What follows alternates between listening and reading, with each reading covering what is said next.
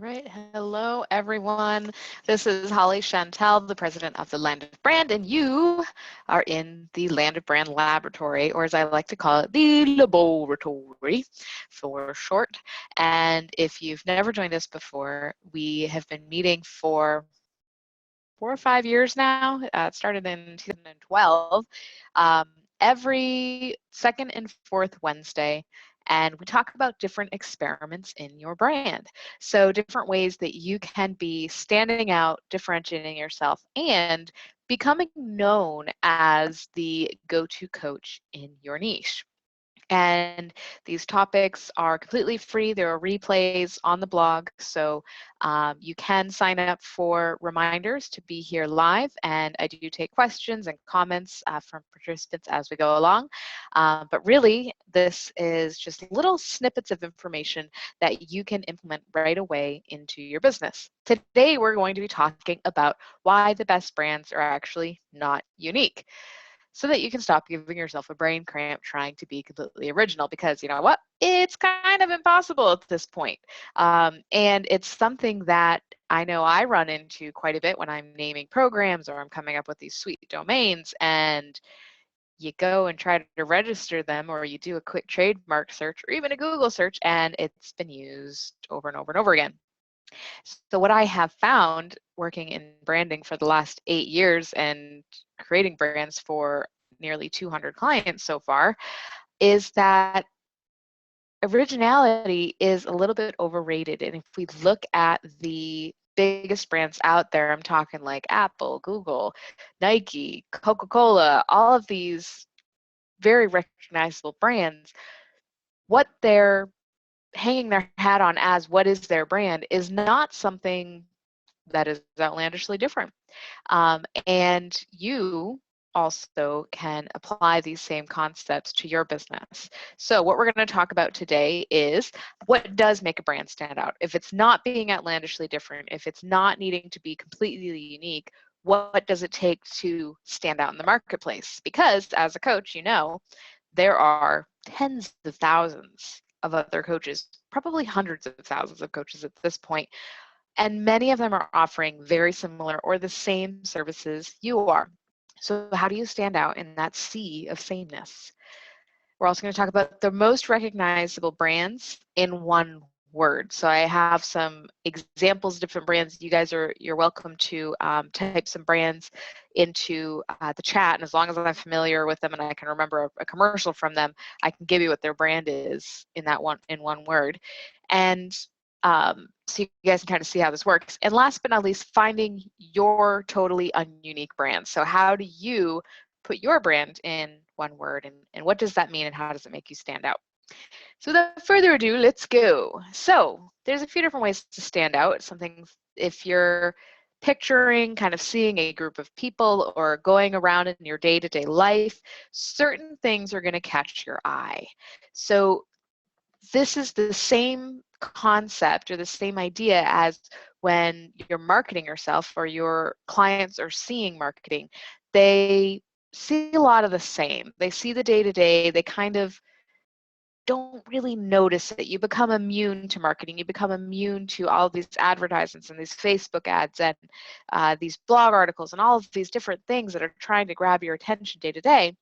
And what you want your brand to do is be the thing that sticks out in their mind, the thing that they notice and pay attention to, the thing that they remember and want to come back to. So if you're picturing walking around day to day, there's a few things that, you know, kind of catch your eye, sometimes not in a good way. Clowns, for instance. You're always going to notice a clown in a crowd, and depending on your childhood history, you might be afraid of that clown, or you might not be. It might be something that triggers really happy memories for you. Either way, you're going to notice the clown.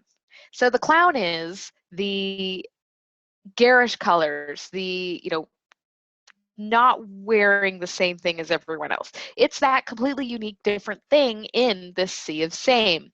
And sometimes it stands out in a way that's awkward, not right. And oftentimes this is, again, the kind of brand that we think we need to create. the one that is outlandishly different, the one that looks like nothing else you've ever seen before. And yes, it will stand out, but it's not necessarily going to make people buy. Just grabbing someone's attention is not what's going to turn them into a buyer. We'll talk about what does in a moment. If you ever heard the term sticking out like a sore thumb, same thing. You see a car crash, you can't help but look at it. You see a train wreck in marketing, sometimes you can't help but look, but it's not going to make people buy. Sticking out like a sore thumb, like something that is just off, is not what you want in your business. Let's take the flip side of that, striking beauty. If you're looking at these different photos and something just captures your eye because it is so strikingly beautiful, yeah, you're going to look at it. I love, there's, getting a really, really nice headshot is a great way to get attention, because, I scrolling through my Facebook feed, I see all of these gorgeous, gorgeous pictures that are used for Facebook ads and just profile pictures and things that people are posting just in general. And they always capture my eye because I, love to surround myself with beauty and creativity. As you guys see in my office, it's very colorful, it's very striking, not just because I want to capture your attention, but because that's what appeals to me, which brings me to the next point, which is familiarity. Something in that anonymous world of marketing and as you're walking around and what you're seeing, if there's something that's familiar and calls to you, it's going to capture your attention. That's going to stand out to you. If you are in for example, if you are in we'll say networking event, and everyone there isn't quite your people, like you just don't feel like you belong, but there's that one person that is dressed in the same way you are or has something, maybe they're wearing a piece of jewelry or they're wearing something that you find familiarity with, you're probably going to gravitate to that person. You're going to stand out. They're going to stand out in a familiar way.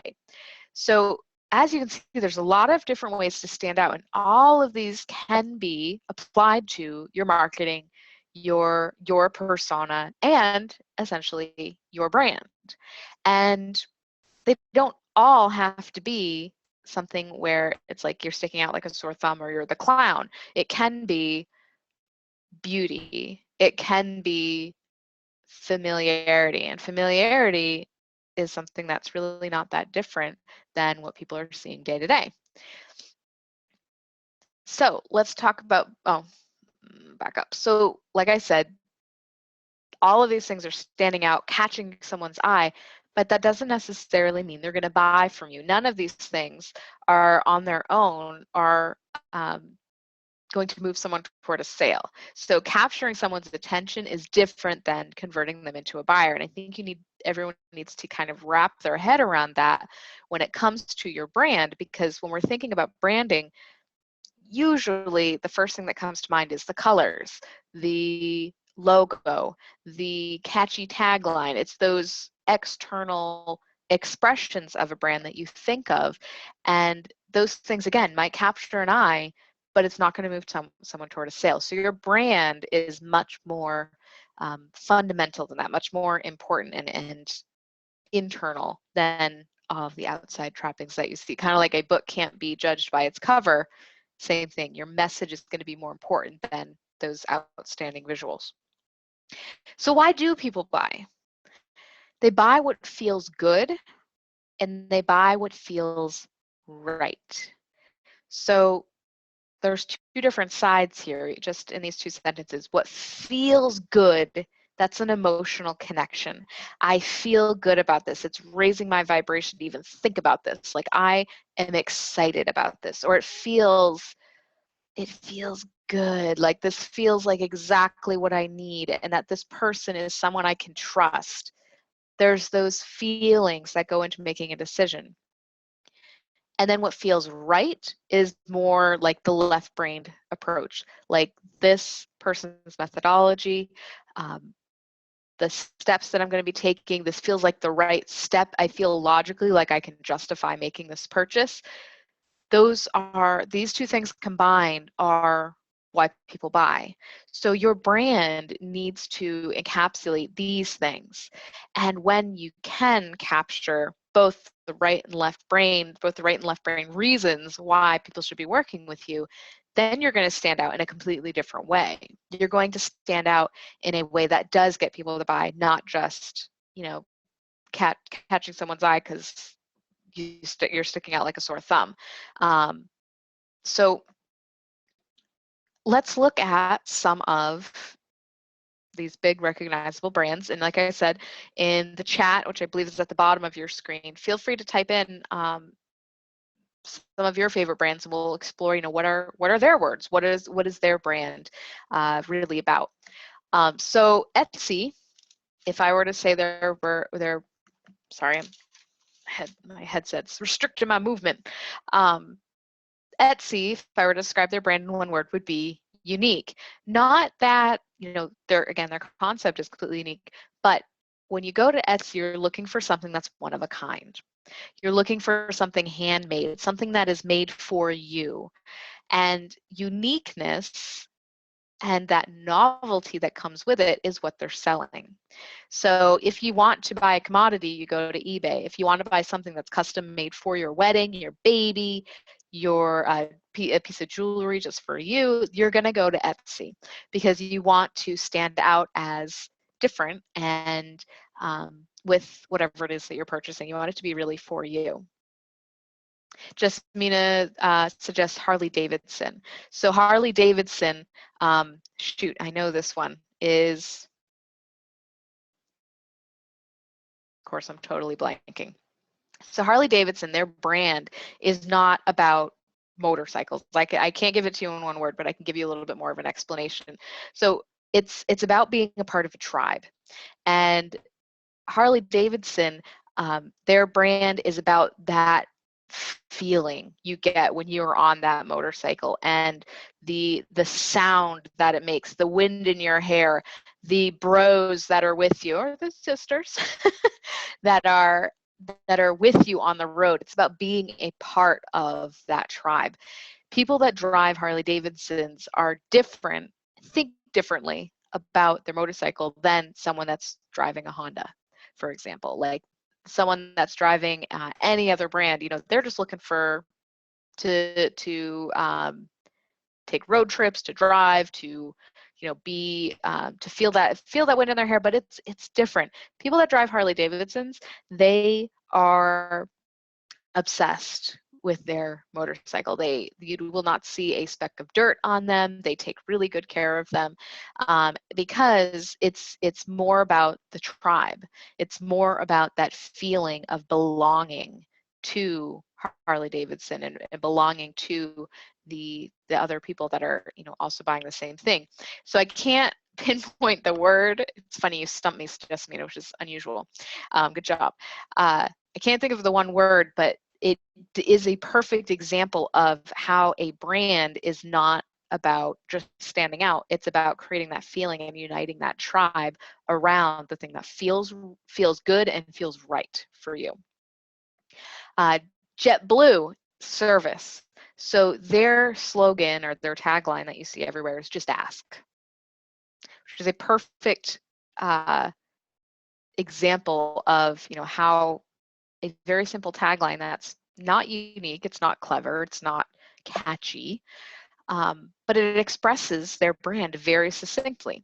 So JetBlue, I wrote an article about this on my blog about how like they ruined me for every other airline just because they said I could have as many bags of Doritos as I wanted to.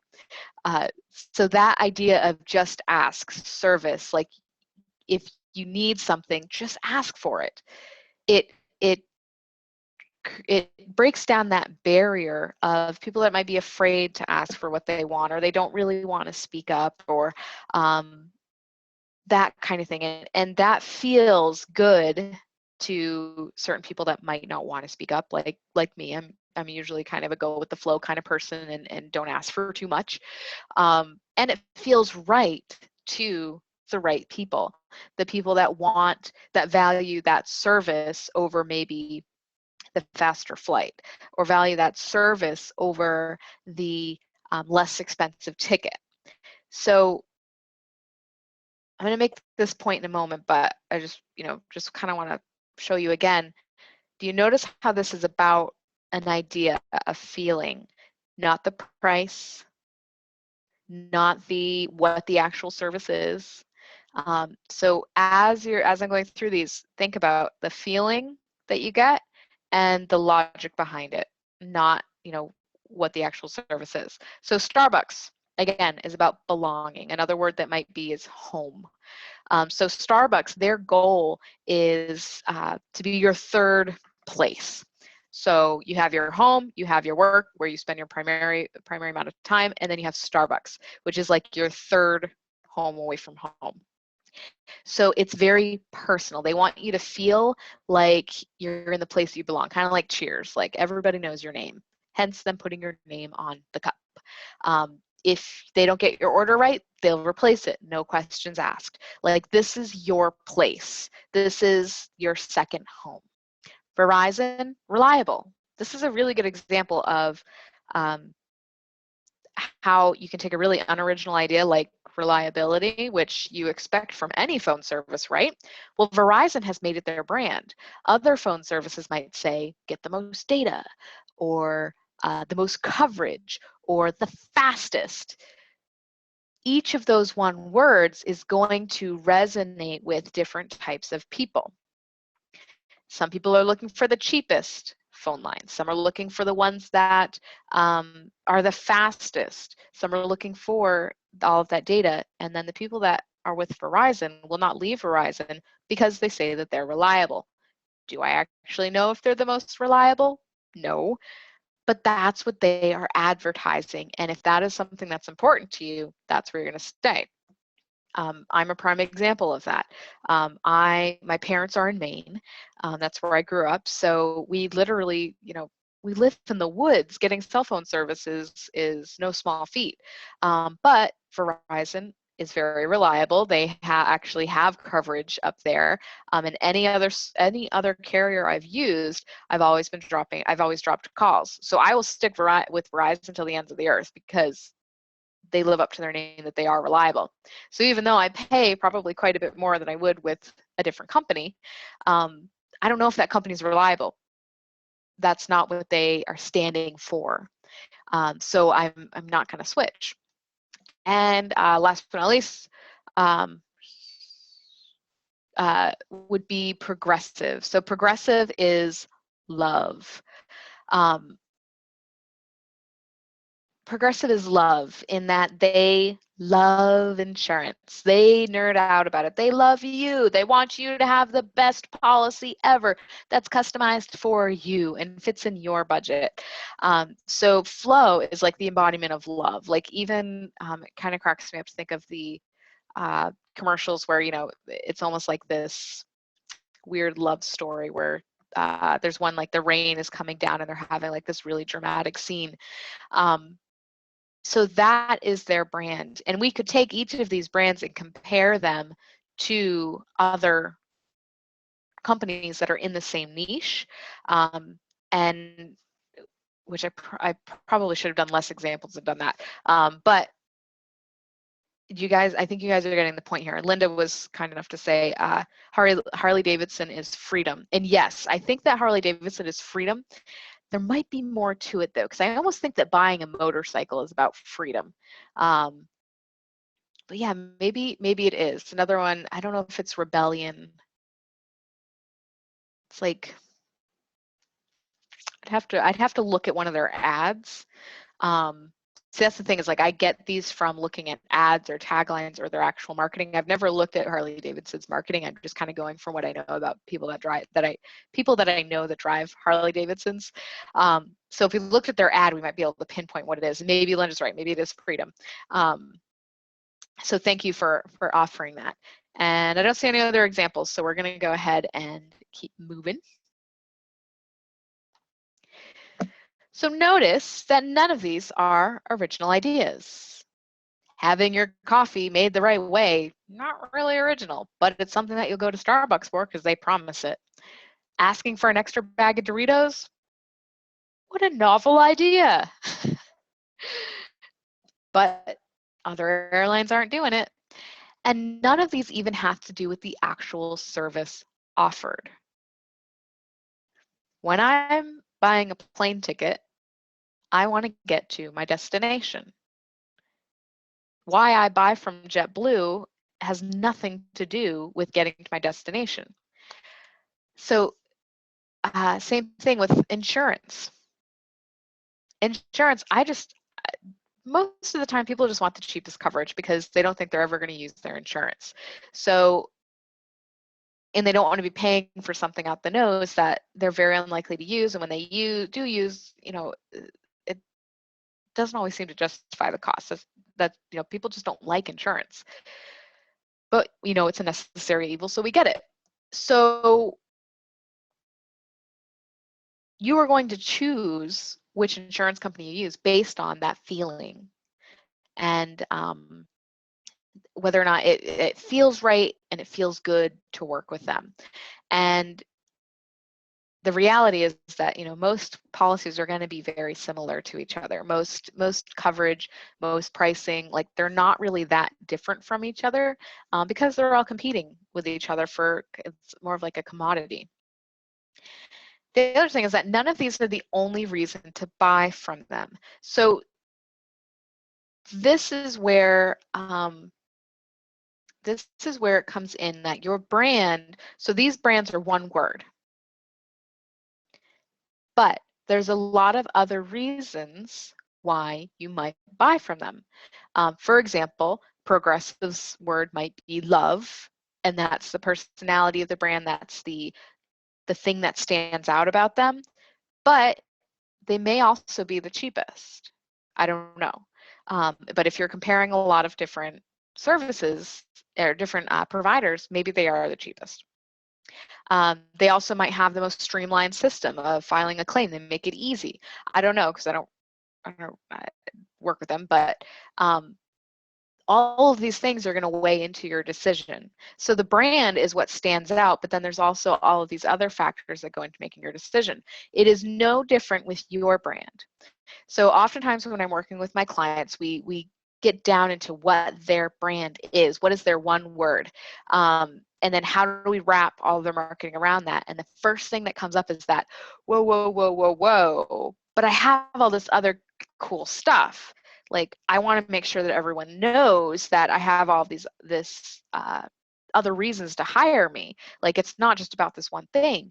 And that is totally true. It is not only about that one thing. But if you want to build a brand, you need to elevate one thing above the rest. The one thing you're going to become known for, and the rest take the back seat. So for example, I just finished up working with someone who is she works for a direct sales company, and she helps people replace all of their household products and all of their body care products with non-toxic, safe alternatives. And so in coming up with her, there's a lot of different reasons why you would want to work with her. Like all of her products are fully vetted. She does a lot of does all the research, so you don't have to. They are a lot less expensive than some alternatives that you might find. They are not just non-toxic, but responsibly sourced. So right there, I just gave you 4 reasons why you would want to work with her and her company. So we narrowed this down to one level of what her uniqueness is or what her brand is, and it all came down to convenience. And she really kind of pushed against this word because convenience is not sexy. It's not a fun word. But I reminded her that your brand, what that word is not something that necessarily is put out to the world. Like people Progressive does not say that their brand is love. That's just kind of what it boils down to. JetBlue doesn't say that their brand is service, but that's what it boils down to. So all of these things that make her awesome to work with, and actually I'm going to be working with her because that's one of the problems with having like really amazing clients. I end up working with most of them. because they, we work on selling their products so much that I end up buying them too. So I'm probably going to end up working with her. And the convenience factor is what, all those things boil down to. So her doing all of that research so I don't have to makes me not have to do it. That makes me not, it frees up my time, makes it more convenient. Being able to order all of the products online, just like I would on Amazon, maybe even on subscription, convenience.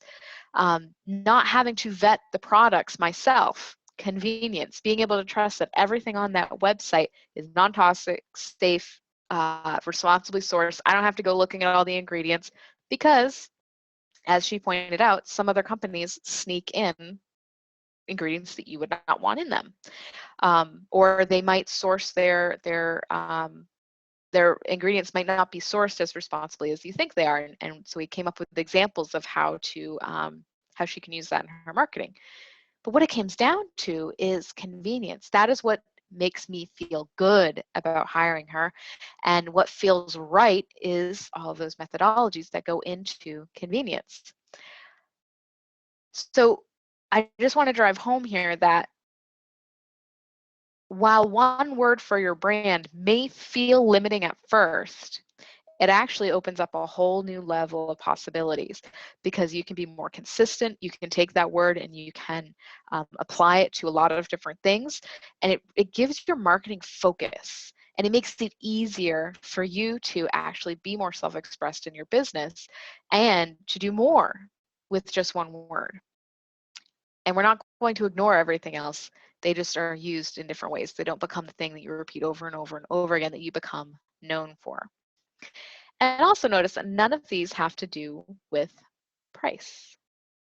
A lot of times we try to differentiate ourselves based on price. And while pricing does affect your brand and how you're perceived, you don't want to be competing based on price, because Seth Godin put it best when he said that when you're competing by price, it's a race to the bottom, because everyone wants to be lower, they want to undercut the other, and you're just making your services a commodity of who can be the cheapest. And there's always someone that's going to be able to be cheaper than you, and that's just a really frustrating way to run your business. So what is your brand is, your brand is what you say makes you different. So it's what you say makes you different. So even if your idea is not completely unique and there's other people doing the same thing, if you say this makes you different, it makes you different. If you say I'm more convenient than them, that is what makes you different. When you're saying that consistently, you begin to stand out for that. Even if their methodologies might be very similar, even if what they're doing is, what they're selling, how they're selling it, how they're pricing. Like you could have seriously identical businesses, but if you say that you are blah, blah, blah, that's what people are going to remember about you. What you stand for that makes you the right choice. So normally, whatever it is that you are hanging your hat on as your brand is something that is deeply important to you personally. So when I work with clients, we get really deep into who are you, like literally on a soul level. I have a soul reader that does a session with you to nail down like who you are at your core, what makes you who you are, and we tie that in with your background, your history, your personality, what makes your business so important to you. It's also the experience you want to create for clients. So it's something that you personally stand for, and then also what you want for your clients, the vision that you have for the people that you're working with. And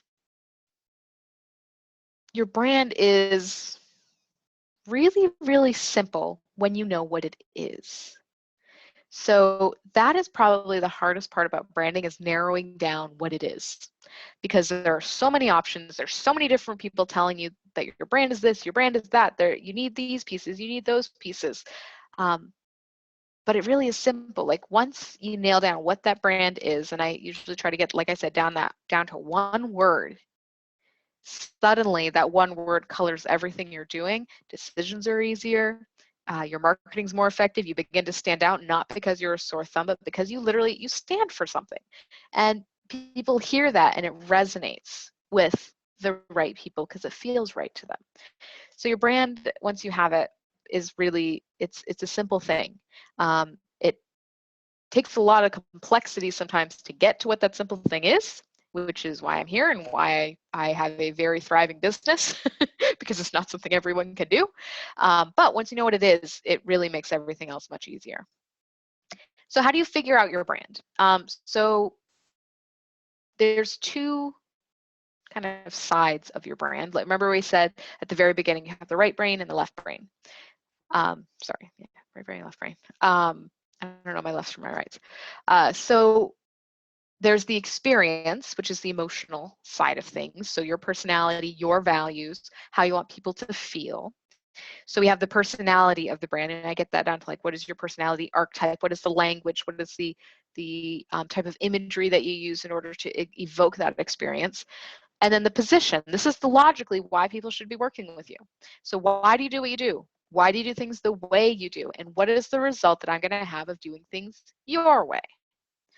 So there's the logical reasons and the emotional reasons. And we look at both sides of your brand and figure out what those are and then how they come together into your business, how they color your marketing, and how they color even the content that you're sharing in your products and programs and how you deliver them. Your brand really becomes that, the DNA that goes through everything.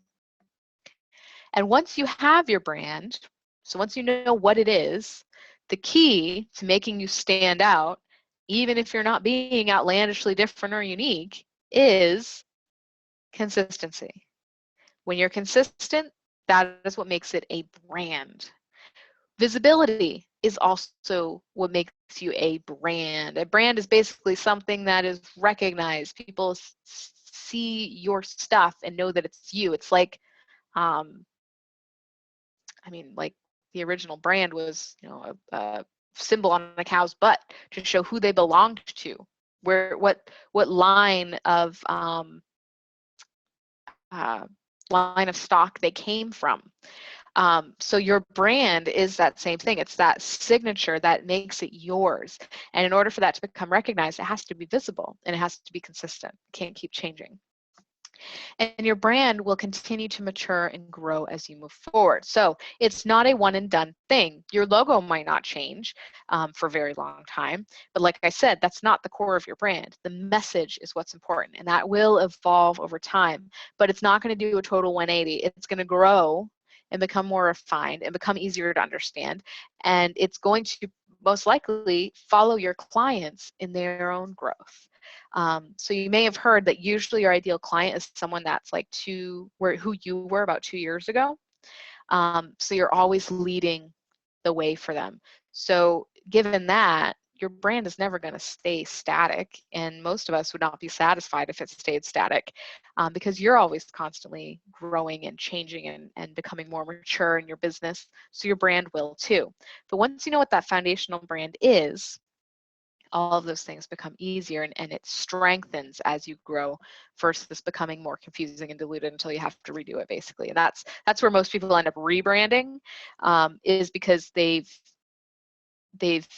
changed what it is they're doing because they never really understood what their core brand was from the get-go. So just to recap, standing out is not the same as sticking out, right?